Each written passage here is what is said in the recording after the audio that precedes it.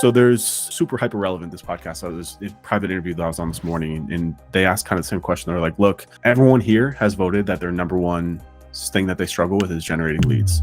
Should we do LinkedIn? Should we do paid ads? Should we do outbound? And I told them to do none of it, because all of those are just platforms. They're just communication channels. What matters is your message, right? And when I say message, specifically, like I'm on your website right now, right? Good website, good copy, all that stuff. But like when you compete on services, which is what you're doing, you're competing on something that people don't care about. Your message gets lost. Like if you want to, like, think about it this way. If you want to start talking about SEO, you're going to get lost in a sea of marketers talking about SEO. Why? Because it's just competing against each other. I realized that early on in my career is that I was creating all this blog content, getting all this traffic, but I was like, yo, it's all marketers that are reading this shit. Because my clients don't care about SEO. What do they care about? They care about themselves. They care about growing their business. They care about their customers. They care about their problems, right? SEO and paid search and all these things are just a mechanism to deliver on what they really want, which is more customers. So the messaging that you need to tap into, and I see it that you've got like what we do, which I like. You've got affiliate SEO, e-commerce, local SEO, right? That's a good first step in the right direction. But when it comes to marketing, we'll talk about marketing versus sales as we get into it, but all of these things, right? Now, I'm not saying that you have to reinvent your whole brand, but when it comes to marketing and outbound sales, if you don't have a very specific industry vertical niche dialed in, you can't do marketing right. Because again, like, what are you going to do? You're going to create content, you're going to post about SEO and like all this stuff. You're going to get lost in just a sea of people posting about that. But when you hyper specialize and focus that message to a person on the other end, it becomes much clearer and it becomes much more impactful. I do this with attorneys, right? I actually have a separate LinkedIn profile that I started that's only for law firms, right? And I kind of automated the friend adding. We can talk about all these like tactics as we get deeper into this, but I want to really drill this home first, because this is the hardest thing, especially somebody in your position who's had success, who's crossed $1 million in revenue. It feels like taking a step backwards to specialize. And that's what I'm saying, is that you don't have to rip down your website. You don't have to change the messaging there. But when it comes to the marketing, you have to focus on a specific type of avatar. So my suggestion would be go through your book of business. Who's the most profitable? Who's the least amount of effort? What is your process and system really built for? And I would focus in on those. And another couple questions to ask yourself, these are really, really important, is like, one, is there purchasing power here? E-commerce, SaaS, yeah, of course, there's purchasing power. That's kind of a no-brainer, right? Local, maybe not, depending on what you specialize within local. But I'll get back to local in a second, because I think local is going to make a massive comeback in like the next 2 years because of AI.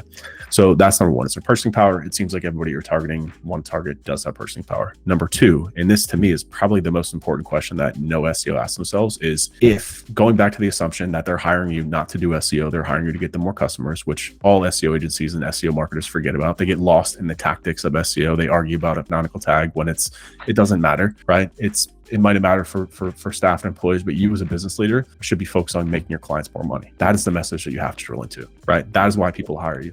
That's the offer that's going to get leads to come to you, to see you as somebody that's a true problem solver in the space and not just a service provider. Because you can open your LinkedIn DMs right now. There's probably 50 million people that are pushing SEO and link building services, right? You don't want to be there. Don't want to be there.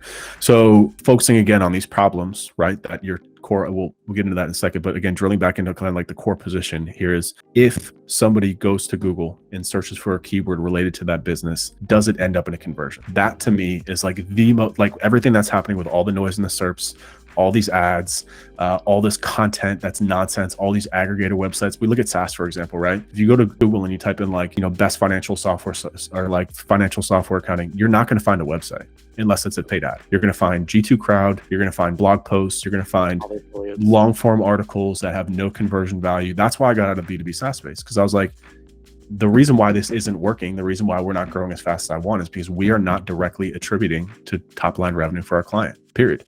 Like, and if you can't do that, you're more of an indirect source, which means you become expendable. You're the first thing to go when budgets get slashed. It's 10 times harder to sell it. That's why people always talk about like SEO close rates being low. It's like, yeah, because you're selling SEO to everybody. You're a jack of all trades, but a master of none. People want to hire a specialist. Like, you're going through this process right now. You're not hiring a company that just does like outbound. So you're very hyper specifically looking for a company that can solve your very specific problem when you're going through this process, right? It's a great example to look at, right? It's the same thing with you, right? And the same thing with agencies. People think that SEO is something that like everybody wants. It's not. It's a dying service. That's a fact, right? And if we attach our flag to that, like, you'll go down in flames, because everything that's happening with AI, that's even more noise that's coming to the SERPs.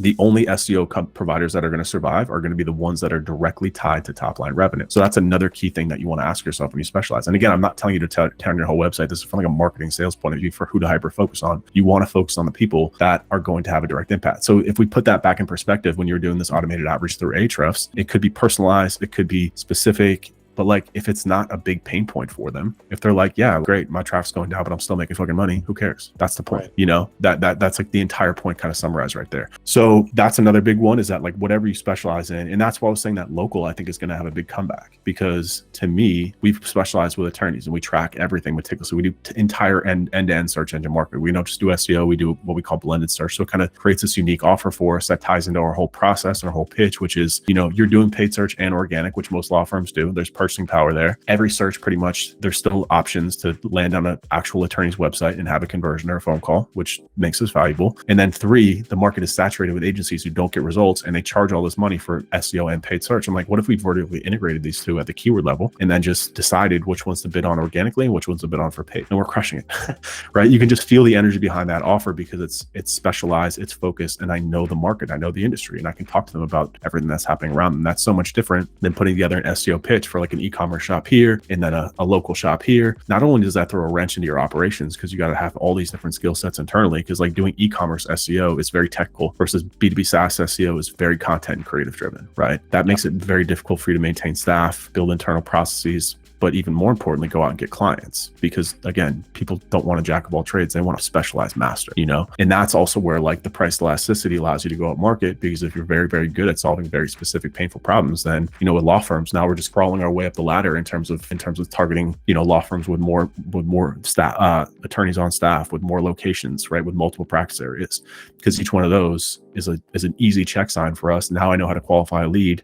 And when you translate this to outbound and marketing, right? These are things that I can specifically give my targeting. We don't want to work a law firm that only has one location. We don't want to work with a law firm that only has 1 or 2 employees, right? So like, these are things that we can feed into the outbound, the marketing. And now you see what I'm saying, is that it doesn't matter what platform we're using, because I know exactly who we should be targeting. And that means I could walk down the street and find the law firm in Google Maps that matches that.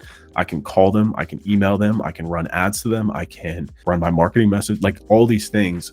It's so important, the who, right? And it's not like John is a 55-year-old attorney and like, no, that's a persona, that doesn't matter. But like, what matters is like their problems, their pain points, and where their business is. Right. So that's what I'm saying, is that like when it comes to specialization, it's so important that you understand that element of it, because otherwise marketing is just like, dude, it's throwing spaghetti at a wall. There's just no way that you can build any sort of meaningful messaging or marketing if you don't know who you're talking to and what specific problems you're talking about. Right. And even more than that too, it opens things up, because then you're like, okay, damn, now I get it. Now I'm looking at this whole Bard thing. I'm like, yo, I hope this thing takes over Google. I hope it burns Google to the ground, because I don't look at ourselves as search experts. That's the mechanism, that's the medium that we use to deliver results.